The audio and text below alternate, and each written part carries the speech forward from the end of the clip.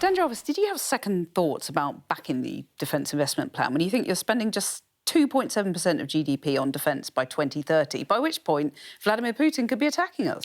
No, I didn't have second thoughts because this is £15 billion of new money which we're going to invest in defence, but it sits alongside a commitment to spend £298 billion over the next 4 years. So these are historic levels of investment that we're committing to, and that's really important in terms of the resource.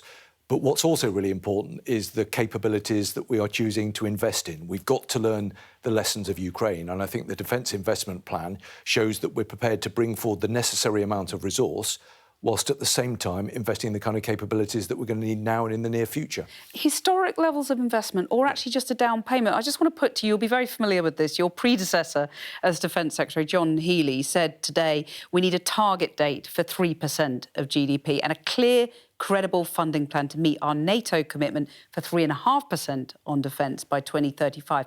Is the brutal truth you got the job because you're a yes man and he wasn't? I don't think anybody thinks that I'm a yes man, and I'm pretty certain that the Prime Minister didn't appoint me on that basis. So you've had rows about this, haven't you? He appointed me on the basis that he knew that I would fight for more money for defence. And I have, in 2 weeks, secured 1.5 million more for defence, and that's really important. Were you prepared to walk if you didn't get that? I was determined to secure the best deal that I possibly could for defence. I've done that in 2 weeks, but it isn't just about the money. But did you make it clear that you would walk if you didn't get what you wanted? I made it clear that I would fight for defence. It's personal to me because, I know a lot of people who serve. I'm very proud of those people who step forward to be in the armed forces, and I have to be able to look them in the eye. I was at Armed Forces Day in Aldershot at the weekend. I have to be able to look these people in the eye and guarantee to them that I will do the best that I possibly can to secure the resources that they need. But you haven't answered my question, though. Did you make it clear to the Prime Minister that if you didn't get that money, you would have walked? I made it clear to the Prime Minister that I was going to fight hard for more money to invest in defence, and I've been able, in 2 weeks, to secure 1.5 million. But I've also done some other things as well. I've spent every single day of those 2 weeks rebalancing some of the capabilities, making some quite difficult choices about how we invest, and prioritising kit, technology capability that I think we're going to need now in the future. So yes, we've secured more money, but this is a different plan from the one that my predecessor didn't feel that he was able to support. Where's the clear, credible target?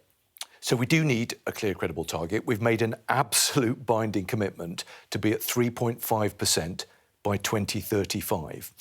We need to chart a trajectory to that point. And you haven't got that today, have you? The commitment is that we'll get to 3% in the next Parliament. But over and above that, there is a new commitment now that defence spending will be the #1 priority in the next spending review. There's a £4.7 billion black hole in the plan that you've just published. So to get to the 3.5% commitment will require billions and billions of pounds. I think it's not unreasonable that, given the massive expenditure that will be required, those kind of decisions are done in the context of a spending review. We've made a lot of progress with the Treasury in recent weeks on the back of really constructive negotiations. I've got 1.5 billion more. Yeah, and there's 4.7 billion that the next Prime Minister has to raise either by higher taxes or higher borrowing, or, just pray that you get growth. That's a black hole. Well, obviously growth will make all of this a lot easier. Yeah, but it would make life a lot easier for every Prime Minister. Well, of course. But spending reviews are the point in the cycle where you draw together all of the finances and you make decisions about how you're going to commit resource. Yeah, but it's a hand grenade for whoever becomes Chancellor, isn't it? Absolutely the opposite. I know a bit about hand grenades. It's not one of those. It's the opposite of those. What is the opposite of a hand grenade? The worst world would have been if we hadn't sorted this out. Our allies, our armed forces, defence industry, who employ millions of people around the country, need the certainty of the Defence Investment Plan. So we needed to get on and get that agreement and get it published in order to provide that certainty. That was the right thing to do. My predecessor didn't feel that he was able to do that for reasons that I understand. We've made progress over 2 weeks and we have been able to do it. But it is the case that whoever comes in next has either got to raise taxes or borrowing if they don't get growth, correct, to fund this? I think there is a consensus around the need to spend more on defence. The world is a very dangerous place. And what I've done is rework some of the capabilities to make sure that we can deliver some of the military capability that we're going to need earlier than would otherwise have been the case. You're right to say that we need to chart a course to 3.5%, and that will require billions of investment. And that will be the job of the person who's drawing together the next spending review, so we can have that clarity and provide that clarity to our allies. Did Andy Burnham sign off on the cuts to road projects to pay for this? We've had to make some difficult decisions. I've personally had to make some tough choices over the past 2 weeks, but that was the right thing to do. Yeah, people are furious about it, roads. I understand the concerns that people have expressed, but what I've got to do is make sure that we are best placed to defend the nation at a point where the world is more dangerous than at any point in our lives. So Did Andy Burnham sign off on the cuts to road budgets? Of course, there have been conversations as part of the process of transition. But and conversations about that specifically? Or is this news to him today?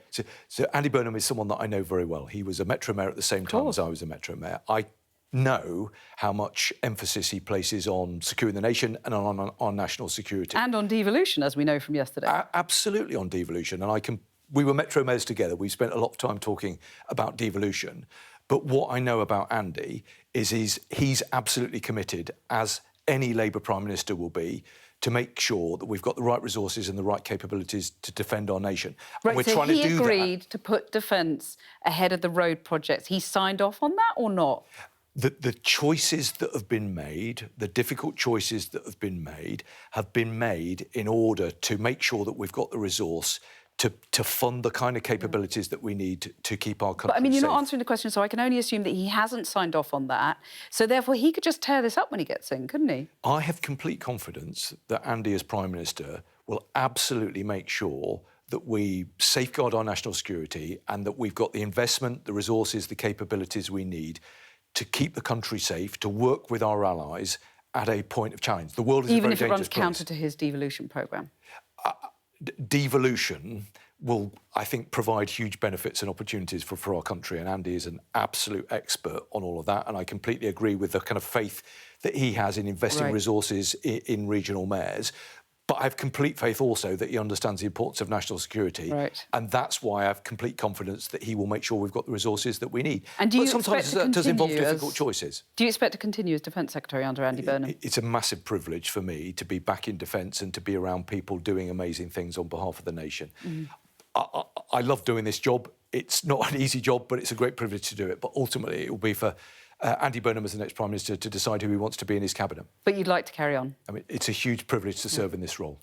You talked about the people who do amazing things, the military, you've mentioned several times, and given your military hinterland, that's completely understandable. Does the Chief of the Defence Staff back this plan, or did he ask for a sentence saying he supported it to be removed because of this funding gap we've been talking about? So I've worked closely, very closely with the Chief of Defence Staff every single day since I was appointed a couple of weeks ago. He's made a massive contribution to this process. And I know that the Chief of the Defence Staff, and he's put out a statement along with the other chiefs, absolutely welcomes the publication of this defence investment plan. I'm really grateful to him and to the chiefs for their service, for the work that they do, but specifically for the support that they provided to this plan. But was there originally supposed to be a support from him within that plan that was then removed because of the funding gap, or not? So I was sat next to the Chief of the Defence Staff when the Prime Minister announced the plan this morning. Right. The Chief of the Defence Staff has made a massive contribution to this process. I'm really grateful for that, and he absolutely welcomes the publication of the plan today. So was there originally a sentence from him in the plan, or it's just a yes or no? You'll forgive me, I've not been personally involved in the minutiae of some of the drafting. But he backs it to the hilt despite the funding gap? I was sat next to the Chief of the Defence Staff when we launched the plan this morning. Right. He welcomes the plan, and I'm very grateful for the contribution he's made to it. You've talked about how hard you fought to get this extra money. Yeah. Could you have held out for more, do you think? I have fought very hard for defence, and I will continue to fight very hard for defence. The Prime Minister and myself will go to the NATO summit in Ankara just next week. Our international allies want to see UK leadership. We've provided that today, not just with the 15 billion, not just with the 298 billion, historic levels of funding, but also in the switch of capability that we've also seen. We've got to learn the lessons of Ukraine. We've got to make sure that we are best geared to operate alongside our allies in NATO and elsewhere.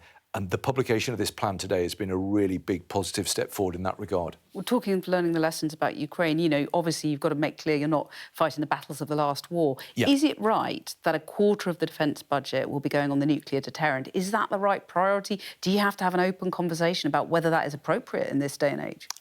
I don't think we need an open conversation about it because our national security is underpinned by the independent nuclear deterrent. When I was at NATO just last week, it was absolutely clear of the value that we contribute to that partnership because of our independent nuclear contribution. It's only the US that has that capability in the same way that does. I think the other would say about the independent nuclear deterrent is it generates thousands and thousands of jobs right around the country. So good for our national security, good for our economic prosperity. And good for growth is the message to Andy Burnham.